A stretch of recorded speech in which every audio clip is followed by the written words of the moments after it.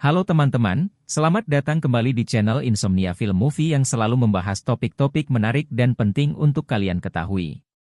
Kali ini, kita akan membahas sebuah cerita yang mungkin sering dianggap tabu oleh banyak orang, tapi sangat penting untuk dipahami, yaitu tentang pesugihan berujung petaka rumah hantu Darmo Surabaya. Selamat menonton! Surabaya merupakan salah satu kota yang tiap sudutnya menyimpan cerita. Mulai dari cerita sejarah, budaya, hingga misteri. Khusus membahas kisah misteri, warga Surabaya pasti sudah akrab dengan kisah horor rumah hantu Darmo. Kisah rumah hantu ini dikenal di kalangan ghost hunters, bahkan sampai dibuatkan film pada tahun 2014 berjudul Malam Suro di Rumah Darmo.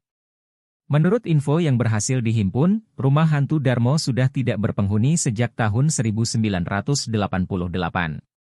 Rumah yang beralamat di Jalan Puncak Permai 2 nomor 26, Kelurahan Tanjung Sari, Sukomanunggal, Surabaya ini memiliki beragam versi cerita horor yang berkembang di masyarakat sekitar.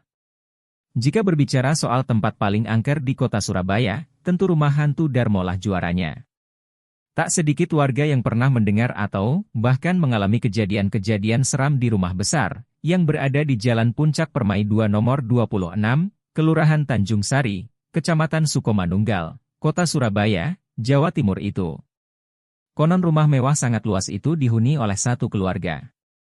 Keluarga itu diduga melakukan pesugihan. Suatu ketika, seluruh anggota keluarga itu meninggal, dan penyebab kematian mereka terasa ganjil. Sejak tahun 1988 rumah hantu Darmo sudah tidak berpenghuni. Rumah yang alamat di Jalan Puncak Permai 2 nomor 26, KL.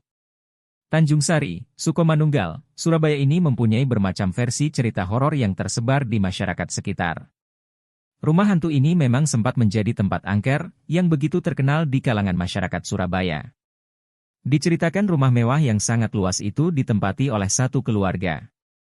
Keluarga itu diduga menggunakan pesugihan. Suatu hari, semua anggota keluarga itu meninggal dan dirasa ada yang aneh dengan penyebab kematian mereka. Diceritakan, penghuni rumah hantu Darmo merupakan keluarga besar yang dikenal sangat kaya raya. Bahkan mereka diceritakan mempunyai kapal pribadi. Berdasarkan cerita yang beredar, keluarga itu mendapatkan kekayaan dari hasil pesugihan. Dikarenakan menggunakan pesugihan, maka mereka harus memberi tumbal berupa nyawa manusia di malam-malam tertentu. Awalnya mereka memang nyaris tidak pernah absen untuk memberi tumbal sesuai kesepakatan. Tetapi, lama-kelamaan mereka mulai mengganti tumbal manusia dengan hewan sehingga tidak sesuai kesepakatan.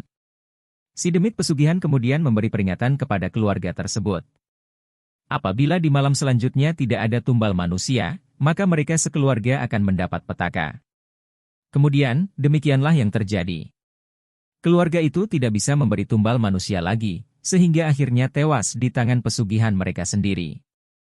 Suatu hari, keluarga tersebut berhenti memberikan tumbal berupa nyawa manusia, dan menggantinya dengan nyawa binatang. Keputusan itu ternyata berujung petaka bagi keluarga kaya raya itu. Suatu hari, saat keluarga itu melakukan perjalanan dengan kapal laut, mereka mengalami kecelakaan. Kapal yang mereka tumpangi tenggelam secara misterius. Bahkan kabarnya, kapal tersebut belum ditemukan sampai sekarang. Sementara itu, ada 2 orang anggota keluarga yang tidak ikut serta dalam perjalanan laut itu. Keduanya sempat tinggal beberapa waktu di rumah mewah tersebut sebelum akhirnya meninggal dunia. Dalam versi lain, 2 orang yang tidak turut serta dalam perjalanan laut, yang menewaskan sebagian besar anggota keluarga kaya raya itu, adalah seorang bayi dan pembantu rumah tangga. Konon, saat bayi itu sudah tumbuh dewasa, ia dikabarkan rutin datang ke rumah tersebut setiap malam Jumat Kliwon. Perempuan itu tidak pernah turun dari mobilnya. Ia hanya meminta petugas keamanan menabur bunga di kawasan rumah mewah tersebut. Beberapa orang meyakini bahwa perempuan itu merupakan sang pewaris rumah.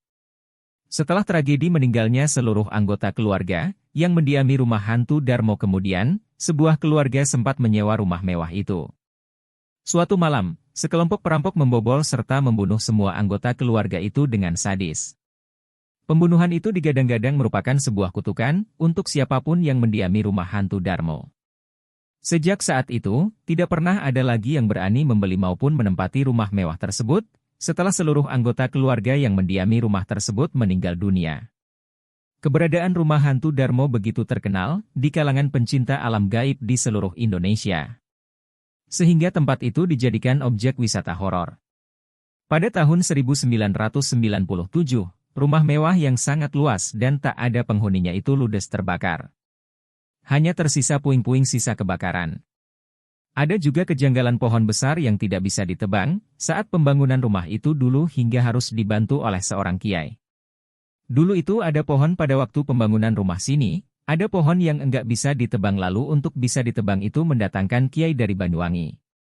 Cerita tentang rumah hantu Darmo tidak hanya dikenal oleh masyarakat Kota Pahlawan, tetapi juga masyarakat di seluruh Indonesia. Pada tahun 2014 lalu, cerita mengenai rumah hantu Darmo pernah diangkat ke layar lebar. Film itu berjudul Malam Suro di Rumah Darmo. Eka, sutradara film yang bersangkutan mengklaim filmnya diangkat dari cerita nyata. Alasan memberi judul Malam Suro di Rumah Darmo, karena ada satu keluarga tenggelam di laut dan pembunuhan yang terjadi pada saat Malam Suro, terang Eka melalui siaran pers. Malam Suro di Rumah Darmo menambah daftar panjang genre horor dalam perfilman tanah air saat itu. Kisah cerita yang diangkat dalam film juga tak jauh berbeda dengan cerita tutur yang beredar di masyarakat.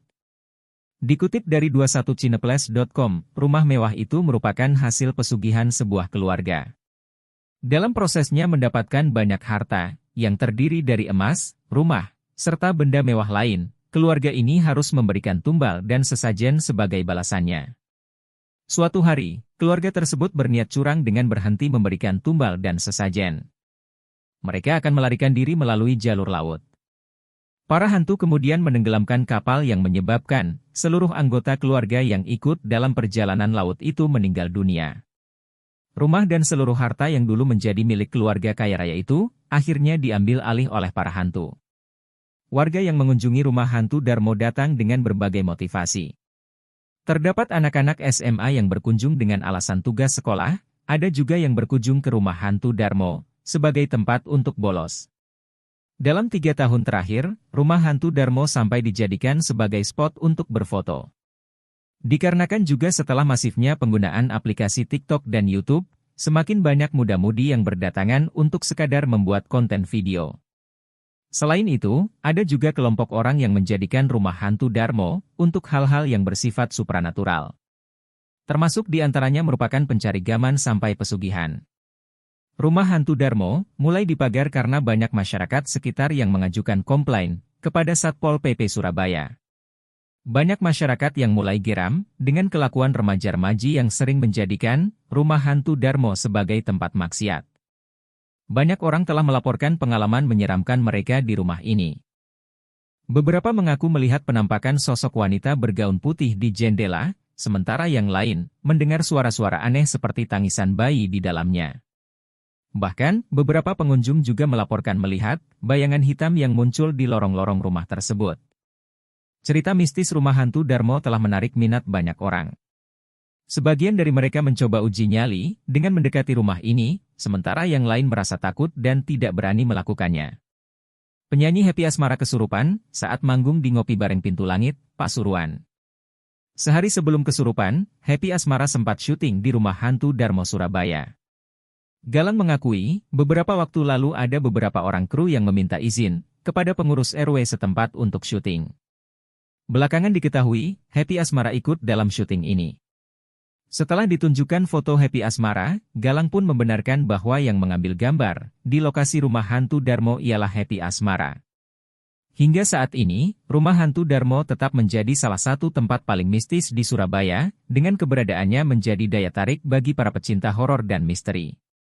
Bagi sebagian orang, pengalaman di rumah hantu Darmo menjadi lebih nyata dan mencekam setelah matahari terbenam. Suasana malam di sekitar rumah ini terasa lebih gelap dan mencekam, menambahkan kesan horor bagi para pengunjung yang berani menjelajahinya. Meskipun begitu, tidak dapat dipungkiri bahwa rumah hantu Darmo telah menjadi bagian dari warisan budaya Surabaya yang menyimpan sisi gelap yang mengundang rasa penasaran. Seiring berjalannya waktu, misteri di balik rumah hantu Darmo mungkin akan terus menjadi pembicaraan yang menarik di kalangan masyarakat Surabaya.